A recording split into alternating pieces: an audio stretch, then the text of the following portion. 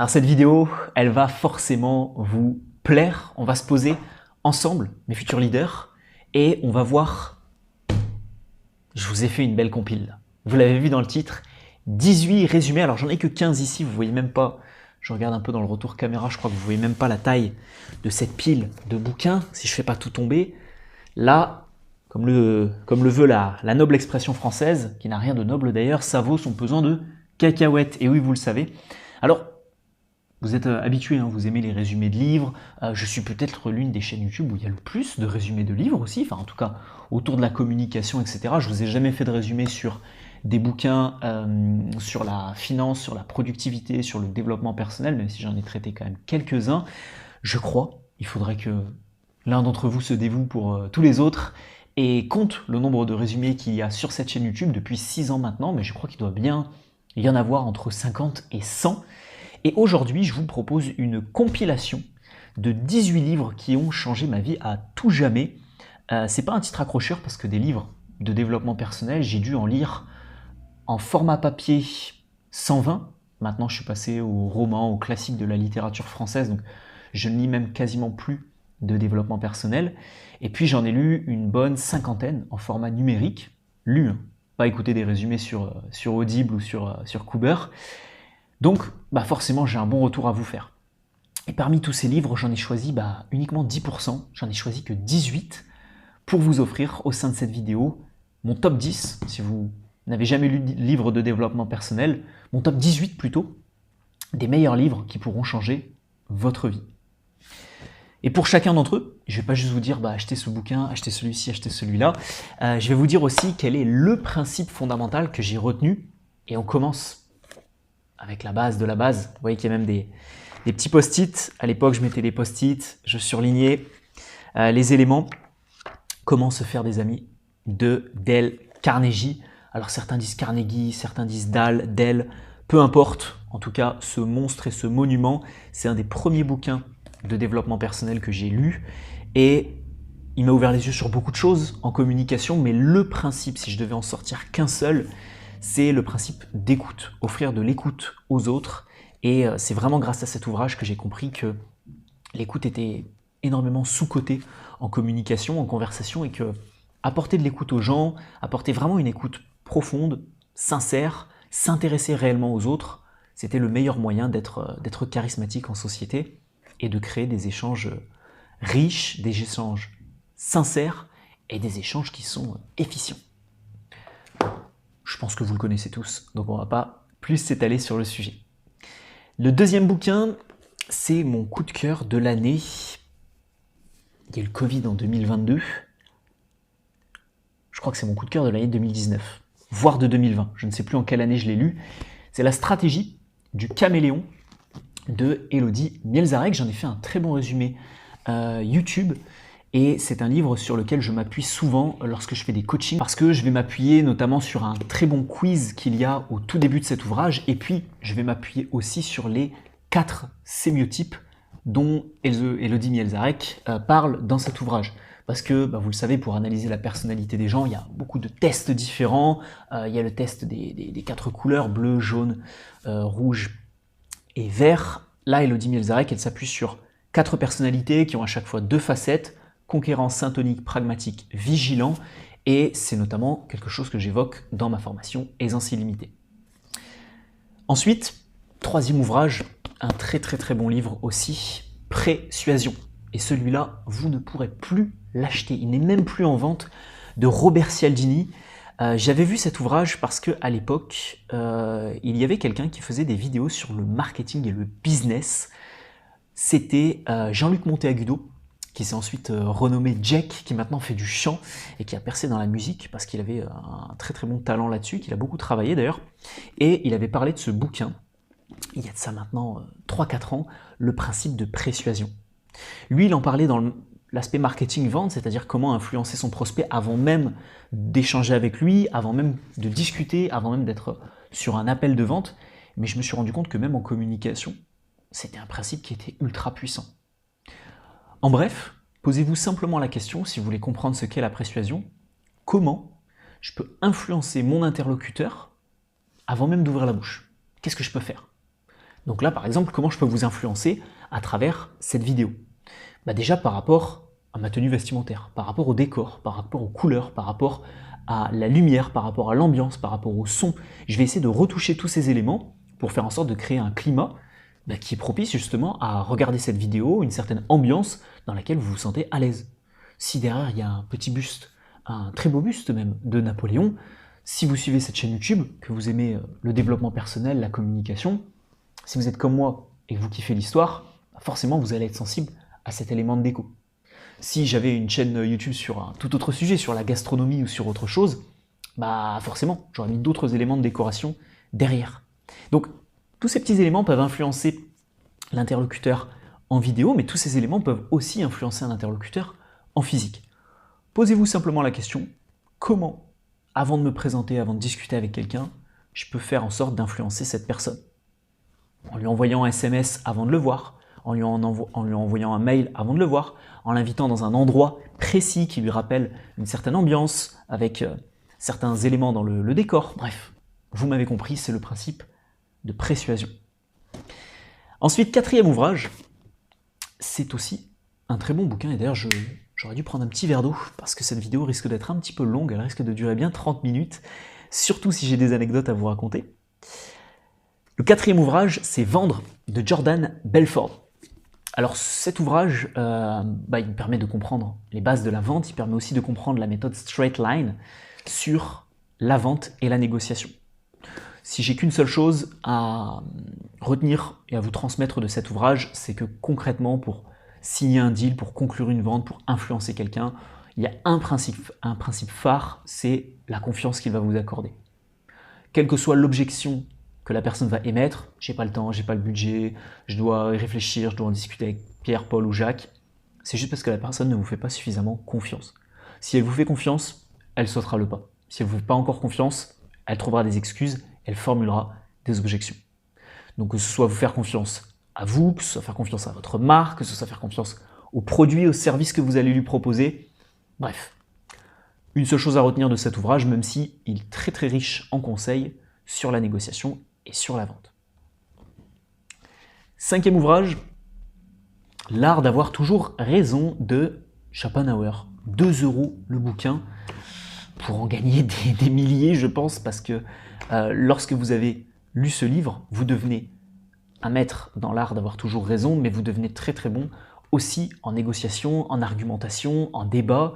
Donc cet ouvrage, j'ai envie de vous dire, si à la fin de cette vidéo vous ne l'avez jamais lu, je ne sais pas si je vous mettrai les liens en dessous pour pouvoir les commander sur Amazon. En plus, ça me fera une petite commission de mon côté si vous passez par ces liens-là. Ce livre, il est à acheter directement. Si vous ne l'avez jamais lu, c'est un basique. Il est à lire, il est à annoter et il est à relire régulièrement parce qu'il est assez court.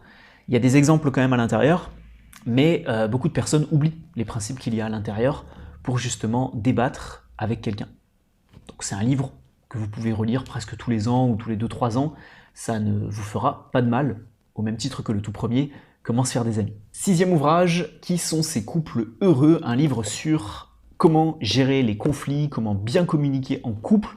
C'est un sujet que j'évoque pas forcément beaucoup sur cette chaîne YouTube, n'ayant pas non plus une expérience de 40 ans d'expérience en couple, donc c'est un sujet que je me sens pas forcément légitime d'énormément traiter. Je vais pas apprendre à des personnes qui ont 20 ans de mariage comment communiquer en couple, sachant qu'actuellement j'ai 26 ans et j'ai passé quelques années de ma vie en couple. Sur l'aspect séduction, sur l'aspect discuter avec des filles, tchatcher des filles, aborder des filles, je peux maîtriser. Là-dessus, je pense avoir une bonne expérience. Par contre, sur l'aspect couple, c'est pas forcément quelque chose que je maîtrise, donc je vous fais pas forcément beaucoup de conseils là-dessus. Par contre, si je peux vous recommander un ouvrage, c'est celui-ci, Qui sont ces couples heureux, de Yvon Delair. Et c'est un livre qui m'a permis de comprendre les 3 zones, toi, moi et puis nous, en couple, et qui m'a permis de comprendre que quand toi et moi, on est là, c'est 2 personnes qui avancent de manière très indépendante. Quand toi et moi, on est complètement collés, c'est des personnes qui vont avancer de manière très dépendante, et le meilleur équilibre étant un équilibre avec une bonne intersection et une bonne part au milieu de nous, où justement le couple va se créer, et c'est à ce niveau-là qu'il va y avoir le couple. Et après, les 2 personnes restent quand même avec une certaine part d'indépendance au sein de leur couple. Et ça, c'est valable en termes de temps que vous allez passer en couple, c'est valable en termes d'énergie que vous allez fournir pour vous et pour votre couple. Et ça m'a permis vraiment de comprendre en fait ces 3 noyaux avec lesquels il faut jouer. Parce que bien souvent, j'en discutais encore avec une personne récemment, quand on est en couple, on a tendance à tout donner pour le couple et à être entièrement noyé dans le couple. Et forcément, plus prendre de temps pour soi, parce qu'on a l'impression justement de délaisser l'autre. Et ça, c'est un piège dans lequel peuvent tomber beaucoup de personnes en couple. Donc, ces 3 sphères, intéressant de comprendre. Et puis, il y a pas mal d'autres conseils. Donc, c'est aussi un livre que je vous recommande d'acheter et sur lequel investir. Je ne crois pas qu'il soit très très cher en plus. 7,20 €. Ça ne trouvera pas non plus vos poches. Ensuite, on est au combien? 8e, 7e? 7e ouvrage. Bon, celui-là, vous le connaissez, c'est un des tout premiers livres que je vous avais résumé à l'époque. J'étais monté dans les hauteurs du Beaujolais et je vous avais résumé ça dans ma 206 sur une pause de midi, à l'époque où j'étais encore étudiant, plus salarié, plus avec mon business à côté à gérer. Convaincre en moins de 2 minutes de Nicolas Baussmann. Capter et retenir l'attention, savoir s'adapter à son interlocuteur. Un très très bon livre, honnêtement, qui m'a permis de comprendre justement les bases pour pouvoir se présenter, pitcher des idées, pour pouvoir capter facilement l'attention des gens d'un point de vue non verbal, d'un point de vue expression. Donc ça, je dirais qu'avec Comment se faire des amis, c'est les 2 premiers livres que j'ai lus sur la communication et c'est ceux qui m'ont le plus fait aimer ce sujet, c'est ceux qui m'ont le plus ouvert les yeux sur les relations sociales et la manière de s'exprimer et d'agir en société. On passe au 8e bouquin, ou alors juste avant le 8e bouquin. Est-ce que ce serait pas le moment propice? On est à la moitié? On est presque à la moitié. De vous faire et de vous expliquer qu'est-ce qu'il y a dans la formation Master Communicant. Est-ce que vous êtes au courant de ce qu'est Master Communicant? Alors, laissez-moi vous présenter ce qu'est Master Communicant avec une petite et une brève page de pub. Alors je vais être très direct et on va carrément fermer l'ordi. De vous à moi, il y a différentes étapes pour améliorer sa communication et son charisme à l'oral. Et ça fait plus de 6 ans que je fais des vidéos sur YouTube, ça fait plus de 6 ans que j'accompagne les personnes sur leur prise de parole, leur capacité à négocier, leur pouvoir de séduction et plus globalement leur intelligence sociale. Et j'ai remarqué qu'il y avait un cheminement très précis à suivre et des étapes à respecter pour améliorer son charisme à l'oral. Maintenant, ce que je vous propose, c'est au sein d'une formation complète et gratuite d'analyser déjà dans un premier temps où est-ce que vous vous situez. C'est la partie 1, le bilan diagnostique. Et en plus de ça, de comprendre quels sont les exercices à mettre en place en fonction de votre niveau et en fonction de là où vous en êtes. Et pour moi, j'aime bien travailler de cette manière-là. Dites-moi si vous êtes d'accord avec moi. Dans un premier temps, on bosse l'aisance. On est à l'aise, on est confiant, on sait parler face caméra, discuter avec un inconnu, parler face à une foule, et ça c'est maîtrisé. On n'a plus ce trac. Ensuite, on apprend à être éloquent, à utiliser des mots percutants, à avoir une excellente diction et à formuler des phrases qui sont claires et impactantes. Et enfin, on vient ajouter la cerise sur le gâteau, on vient muscler son intelligence sociale, comprendre à qui on s'adresse, sous quel format, pour modifier son discours et le rendre, encore une fois, plus impactant. Alors si vous êtes d'accord avec cette manière de procéder et que vous voulez en apprendre plus sur vous-même déjà dans un premier temps et ensuite appliquer des bons exercices sur ces 3 étapes-là. Tout ça, ça se retrouve dans la formation Master Communicant. On retrouvera un lien tout autour de cette vidéo, dans la description, peu importe, vous savez où trouver tout ça normalement pour rejoindre cette formation qui, je le répète, est entièrement gratuite et a été mise à jour en 2024. Un bilan diagnostique avec moi, une analyse de 1 heure et une vidéo concrète avec des exercices précis. Si vous en avez marre de perdre votre temps avec du blabla, des conseils bidons, des exercices en veux-tu en voilà, des conseils capillotractés, c'est la formation qu'il vous faut, c'est Master Communicant. Alors nous revoilà pour ce 8e ouvrage, Ne coupez jamais la poire en 2, par un ancien expert de la négociation du FBI. C'est un livre qui a fait beaucoup parler lorsqu'il est sorti. Il y a eu un bon marketing dessus. Qu'est-ce que j'en ai pensé? Honnêtement, c'est un très bon ouvrage. Je ne vais pas vous donner un principe, parce qu'il y a un principe qui est vraiment fondamental dans cet ouvrage, il est dans le titre, mais il y a un principe aussi que j'ai retenu de cet ouvrage, c'est comprendre l'autre avant d'essayer d'être compris. Avant d'essayer de vous faire comprendre par les autres, il va être intéressant de comprendre leur propre prisme, leur manière de voir le monde, leur manière de voir les choses, et c'est en comprenant profondément l'autre, en faisant preuve d'un mot qui est un petit peu trop souvent utilisé à mon goût, l'empathie, que derrière vous allez pouvoir vous faire comprendre et essayer de vous faire comprendre par votre interlocuteur. Donc mettez-vous d'abord toujours à sa place, essayez de voir les choses de son point de vue, même si des fois ça peut être un peu compliqué, parce que ça va aller à l'encontre de vos croyances, de votre propre point de vue, et puis ensuite vous pourrez vous faire comprendre. Et ça forcément dans des négociations à haute tension, quand on est négociateur pour le FBI, bah, ça va être très important. Si vous négociez avec des terroristes, à un moment donné, si vous arrivez avec vos propres convictions, les leurs sont à l'opposé totalement des vôtres. Si vous essayez de négocier avec vos propres idéaux, ça risque pas de fonctionner. Si vous vous mettez complètement à la place de votre interlocuteur, que vous vous mettez dans sa situation, avec peut-être des civils innocents autour de vous, dans une situation stressante, où vous savez que dehors, il y a la police qui vous attend, etc., bah, ça vous permet de mieux comprendre la position, justement, des malfrats, des brigands, quoi. Et puis, deuxième chose que j'ai compris de cet ouvrage, c'est dans le titre, comme je vous l'ai dit, bah, c'est d'éviter de couper la poire en deux, d'éviter les compromis, parce que les compromis en soi ne vont jamais satisfaire aucun des deux parties.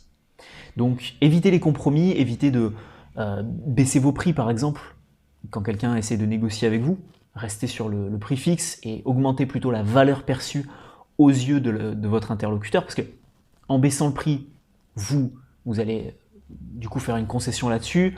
L'interlocuteur en question, est-ce qu'il est vraiment satisfait parce que vous avez fait 10% de réduction? Il se dit peut-être, mince, si j'avais mieux négocié, j'en aurais peut-être eu 15. Donc finalement, c'est jamais intéressant.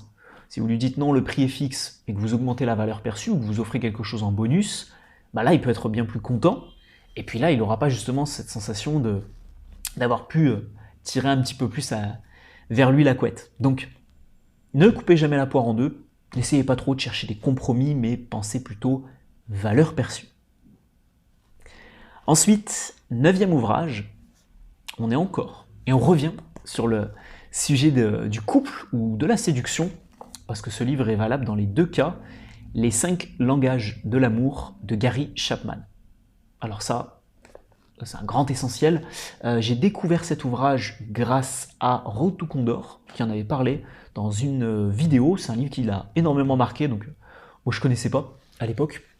Donc je me suis dit, bah, pourquoi pas l'acheter aussi. C'est un livre que j'ai lu en 2019-2020, quelque chose comme ça. C'est un livre que j'ai offert, d'ailleurs, récemment, à une personne. Et c'est un livre qui est très très bon sur les 5 langages de l'amour. Vous avez les cadeaux, le temps passé, donc les moments de qualité, les paroles valorisantes. Vous avez aussi les services rendus. Et vous avez en dernier lieu, je n'ai pas le dernier, je vais vous le trouver, les contacts physiques. Et donc en fait, c'est pas vous avez un langage d'amour et puis les autres vous les balayez d'un revers de main, mais pensez-y hein, dans cette vidéo ou après cette vidéo, en fonction de ces 5 langages-là, comment vous les classeriez par rapport à vous.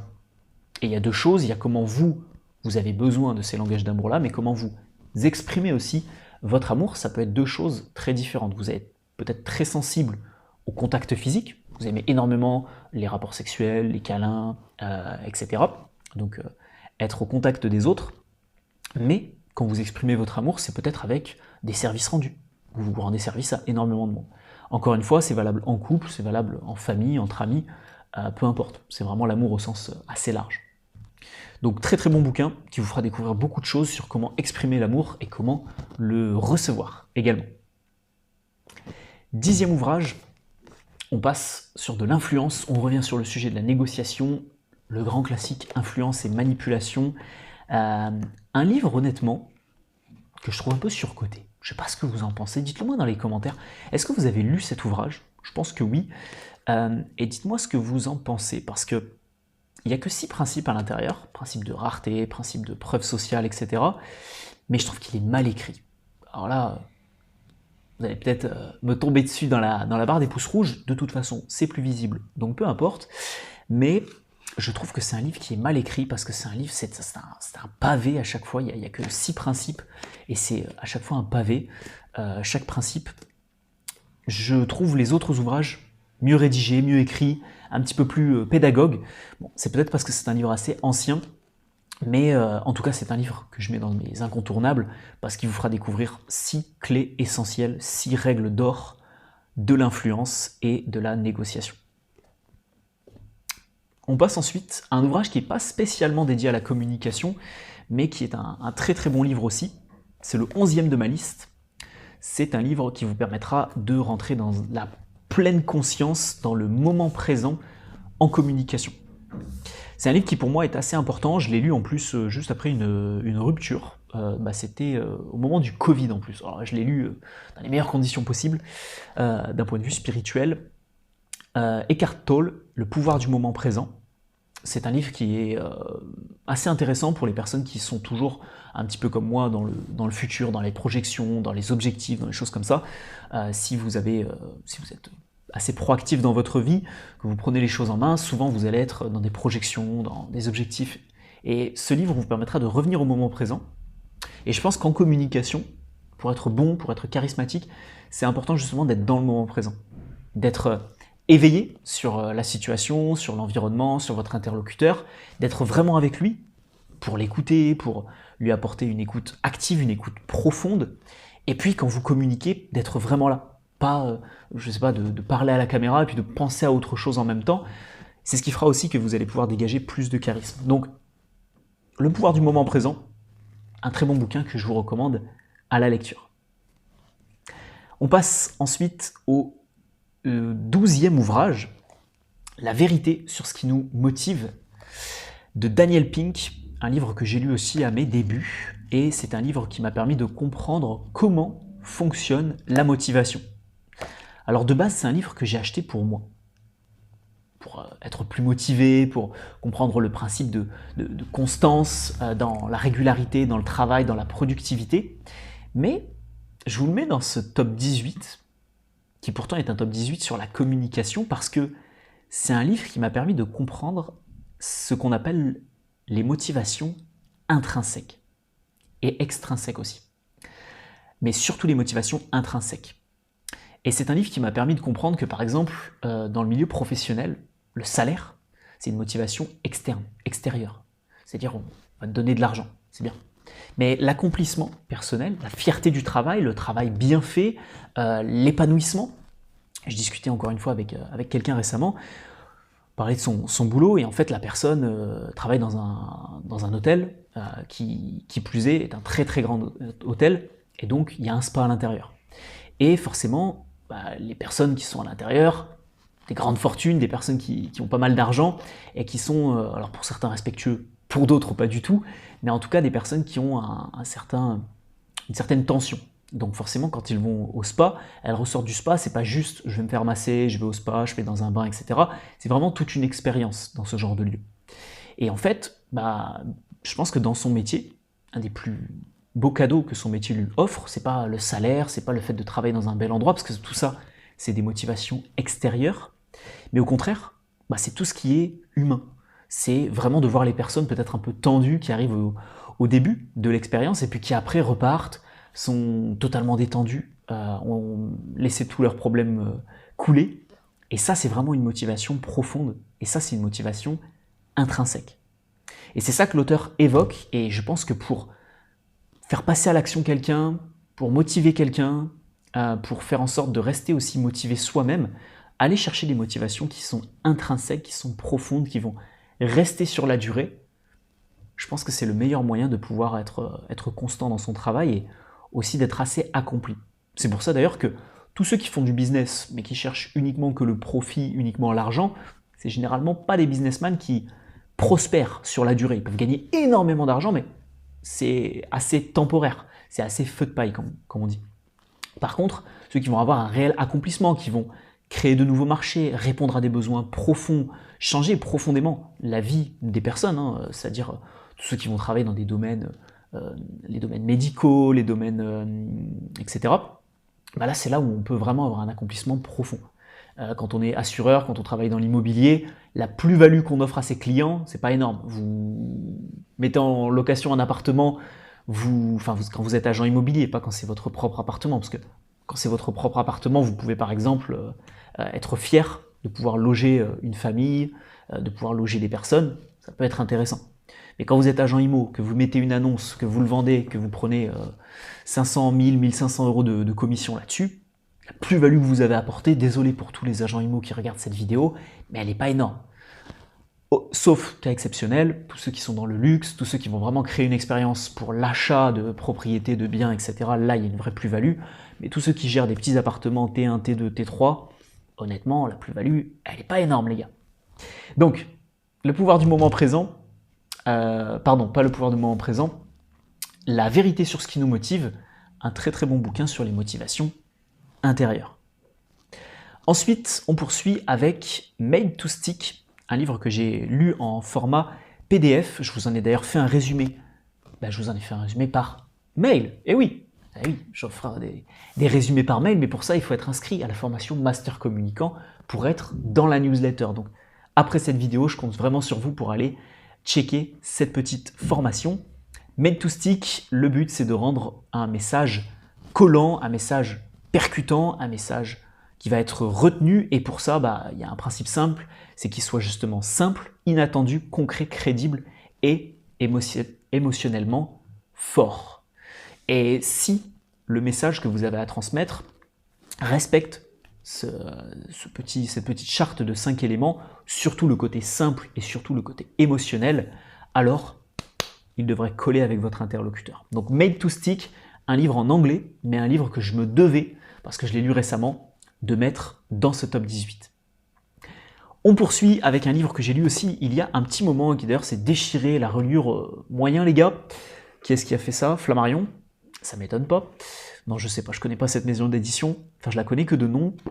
Parler en public, TED, le guide officiel de Chris Anderson, un super bouquin qui va vous plonger à l'intérieur des conférences TED pour comprendre comment les speakers sont préparés, comment les speakers préparent justement leur discours, leur prise de parole, leur TEDx, et comprendre aussi quelles sont les stratégies et les meilleurs conseils que les préparateurs leur offrent. Et s'il y a un seul principe que j'ai retenu de cet ouvrage et de toutes les préparations, c'est la notion de storytelling. Le storytelling qui va être en fil conducteur presque de chaque TEDx, si ce n'est un vrai storytelling avec une vraie histoire qui est racontée, au moins le TEDx de chaque intervenant est parsemé, je dirais, d'éléments de leur histoire. Et ça, je pense que c'est presque obligatoire quand vous faites un TEDx d'y glisser forcément des éléments de votre vie, des petites anecdotes ou carrément un storytelling et une histoire au format anecdote en 2, 3, 4 minutes,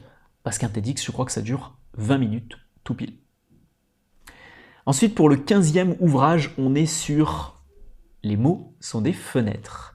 Je ne sais plus qui est l'auteur, je crois que c'est Roosevelt, quelque chose comme ça, Rosenberg.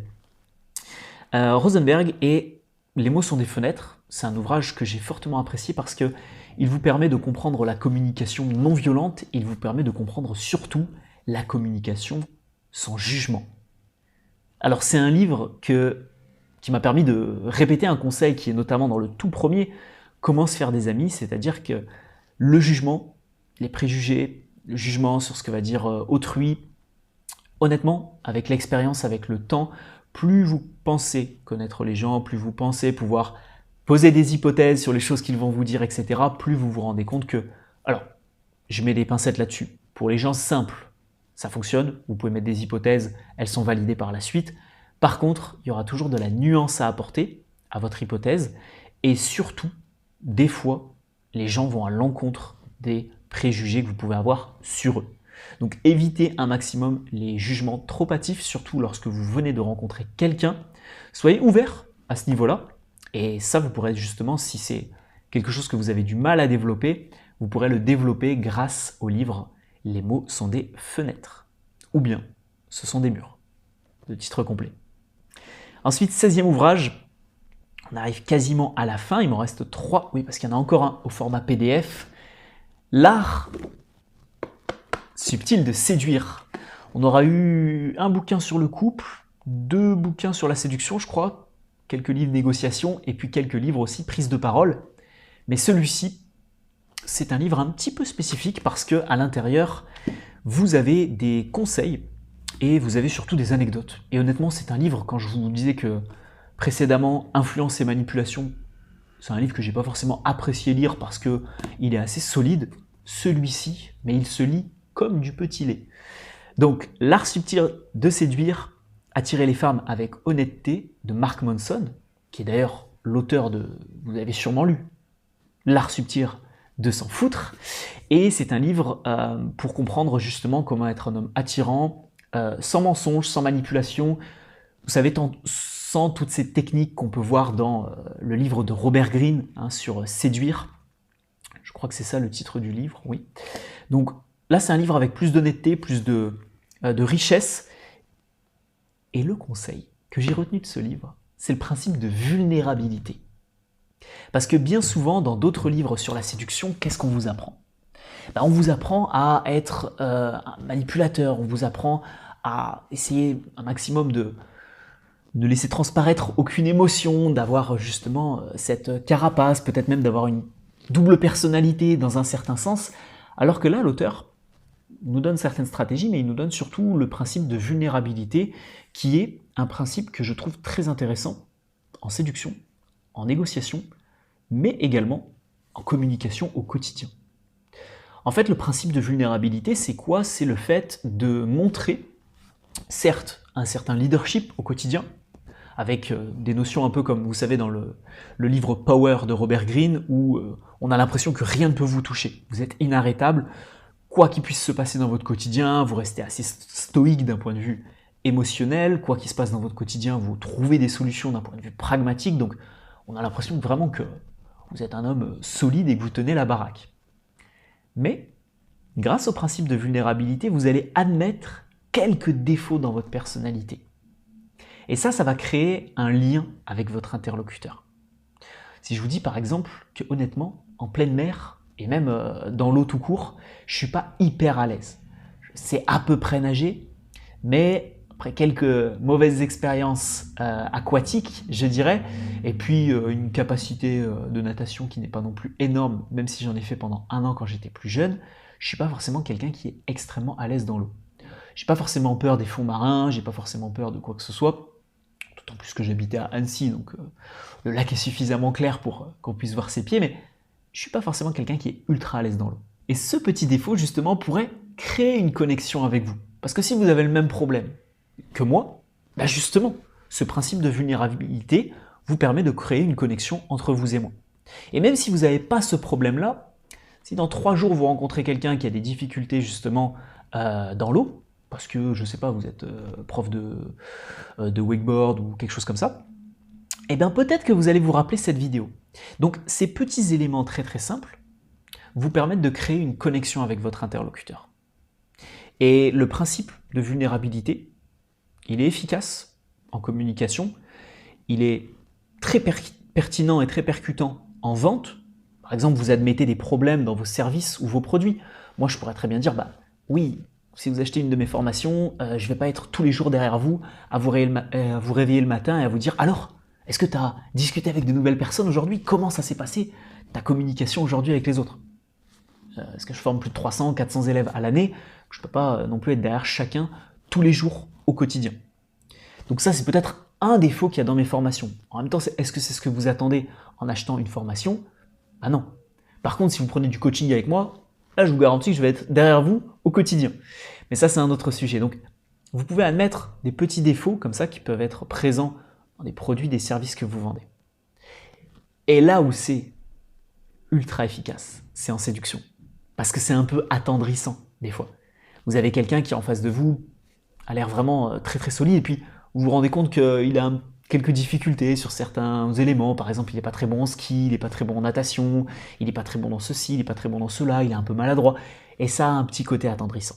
Donc, L'art subtil de séduire, un très très bon bouquin que je vous recommande parce qu'il se lit très facilement, et le principe de vulnérabilité, un principe que je vous conseille également d'intégrer dans votre communication, surtout en séduction. Et pour le 17e ouvrage, on n'est pas sur celui-ci, hop, vous l'avez vu un petit peu, il est jaune. Non, il est orange, et d'ailleurs la tranche est devenue jaune avec le temps. Le 17e ouvrage, c'est Conversation cruciale. Conversation cruciale, c'est un livre qui m'a permis, c'est un livre que j'ai lu il y a longtemps, qui m'a permis de comprendre que certains échanges valent plus que d'autres. Dans certains moments, vous allez discuter avec des personnes et ce sont des échanges qui peuvent se compter sur les doigts d'une main, dans l'espace d'un an, à moins que vous soyez quelqu'un de très important et que vous rencontriez des personnes importantes chaque jour. Mais il y a des conversations, il y a des échanges que vous allez avoir avec certaines personnes qui sont... Vous voyez l'expression que je vais utiliser? Des échanges qui vont être très sérieux. Il y a des conversations que vous allez avoir qui sont cruciales, qui sont importantes, qui sont sérieuses et qu'il ne va pas falloir louper.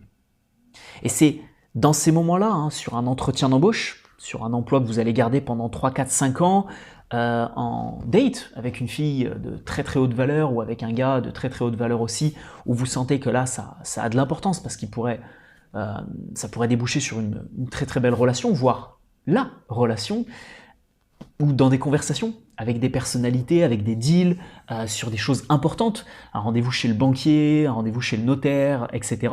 Donc forcément, ces conversations-là, elles valent beaucoup plus que du small talk avec votre voisin ou avec le boulanger du coin. Et donc, c'est dans ces conversations-là, c'est dans ces moments-là qu'il faut être prêt.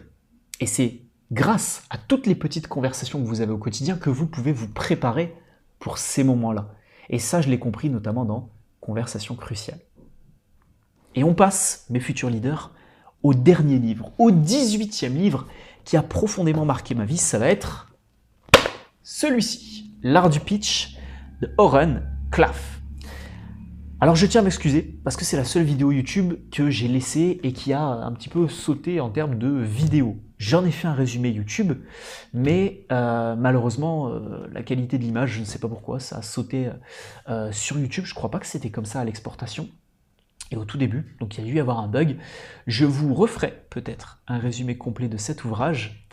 En tout état de cause, L'art du pitch, c'est un super livre pour comprendre les bases de comment pitcher un projet. Et c'est surtout un livre qui m'a permis de comprendre les 3 types de cerveau qu'on a à ce niveau-là. Le cerveau reptilien, le cerveau limbique et le néocortex. Et ça m'a permis de comprendre qu'un message, quand il est transmis, il passe d'abord par le cerveau reptilien, avec une réponse simple. Soit c'est OK, soit c'est un danger. Donc soit c'est la fuite, soit c'est l'acceptation de ce message. Donc ça, c'est notamment le cas lorsque vous ouvrez une conversation avec quelqu'un. Si vous ouvrez une conversation avec une main dans le dos comme ça et que vous arrivez vers quelqu'un de cette manière-là, le message que vous allez transmettre et que vous arrivez comme ça avec un air un petit peu menaçant, là, forcément, il y a son cerveau reptilien qui va s'activer et le message que vous allez transmettre, la personne en face de vous risque forcément de prendre la fuite. Si vous avez aussi un petit équipement bleu, parce que je les vois, ils étaient déjà présents à Annecy, j'ai déménagé à Nice, ils sont toujours là, ils sont partout ces gens-là. Si vous avez un équipement bleu, rouge, etc., que vous travaillez pour je ne sais quelle association, là, venez pas me déranger dans la rue. Parce que moi, quand je les vois arriver, et moi et 99% des gens, on vous voit, oui, bonjour, on pourrait discuter pour telle ou telle association, quelles que soient les nobles associations que vous défendez, les personnes qui font ça dans la rue sont face à la problématique suivante, le cerveau reptilien de leur interlocuteur. Et oui, parce que derrière, vous avez les personnes, vous savez que c'est pas méchant, mais elles vont vous prendre un petit peu de temps, elles vont peut-être vous demander une signature, une pétition, un chèque, un petit billet ou quoi que ce soit, un abonnement, peu importe. Et donc la réaction de la plupart des gens, c'est soit ils discutent avec vous, soit ils passent leur chemin directement. Et donc ça, c'est très binaire, et ça, c'est dû justement au cerveau reptilien. Après, vous avez la partie limbique du cerveau qui s'occupe de tout ce qui va être émotion, émotionnel, donc le message passe à ce niveau-là. Et là, ça peut vous renvoyer vers un autre livre, qui est le livre Système 1, Système 2, où justement vous avez la compréhension d'un message d'un point de vue émotionnel, par la voix haute, je crois, ou la voix basse, et la compréhension du message par le néocortex, qui est soit la voix basse, soit du coup la voix haute, j'inverse toujours les deux, et qui est vraiment la résolution logique de problèmes. Mais si je peux vous donner un petit conseil pour finir cette vidéo, c'est qu'il y a très peu de messages qui arrivent jusqu'au néocortex. À moins que ce soit des messages très complexes, hein, comment envoyer une fusée dans l'espace comme Elon Musk, où là vous allez forcément avoir besoin de votre néocortex, la plupart des gens utilisent leur cerveau et la partie limbique de leur cerveau. C'est-à-dire vont prendre des décisions sur le coup de l'émotion. Je vais faire ceci, je vais faire cela, j'ai envie de ceci, j'ai envie de cela, etc. Donc il y a, même si après on essaye de se convaincre, ça c'est un biais aussi qu'on a tous, moi le premier, c'est que même si derrière on essaie de se convaincre de manière rationnelle, oui, non, j'ai pris cette décision, c'est un achat vraiment important, hein, d'acheter le dernier iPhone à la mode, d'acheter ceci, d'acheter cela. En réalité, c'est un achat purement émotionnel. Et il faut juste être conscient de ça pour éviter de justement être trop dépendant de ses émotions. Bon, enfin bon, ce sera le sujet d'une prochaine vidéo. Eh ben, je crois que ça nous fait bien une trentaine de minutes entre vous et moi avec ces 18 résumés de livres. J'espère que vous aurez apprécié. Mes futurs leaders, cette longue vidéo. Vendredi prochain, qu'est-ce qu'on voit? Qu'est-ce qu'on voit, vous et moi, vendredi prochain? 11 moyens de gérer un conflit ou un malentendu. Pour ceux qui ont un petit peu de mal, pour ceux qui peuvent être un petit peu des fois gênants en conversation ou qui sont souvent face à des quiproquos, je vous apprendrai à désamorcer un conflit à travers 11 stratégies différentes pour ne pas louper cette vidéo vendredi prochain à 19h. Soit vraiment, vous n'avez vraiment pas envie de la louper, vous vous mettez une alarme, soit tout simplement, qu'est-ce que vous pouvez faire? Vous vous abonnez à cette chaîne YouTube, vous activez les petites notifications, la cloche, etc. Je ne sais pas vraiment comment ça fonctionne, parce que j'ai pas de notification sur mon téléphone, mais bon, vous connaissez sûrement la chanson. Et puis, vous pouvez aussi me suivre sur Instagram, si vous voulez découvrir mes lectures. Je mets beaucoup de livres que je lis au quotidien. Et puis, si vous avez des questions sur ces ouvrages, vous les glissez dans les commentaires, tout simplement. Si vous voulez plus de précisions sur ces ouvrages, vous les glissez dans les commentaires. Et si vous voulez participer à cette vidéo, et pourquoi pas offrir un 19e, un 20e livre aux autres spectateurs de cette vidéo YouTube, mettez des ouvrages dans les commentaires pour donner des idées à certains. Merci beaucoup d'avoir visionné en tout cas cette longue vidéo et je vous dis à vendredi prochain à 19h sur YouTube. Ciao ciao.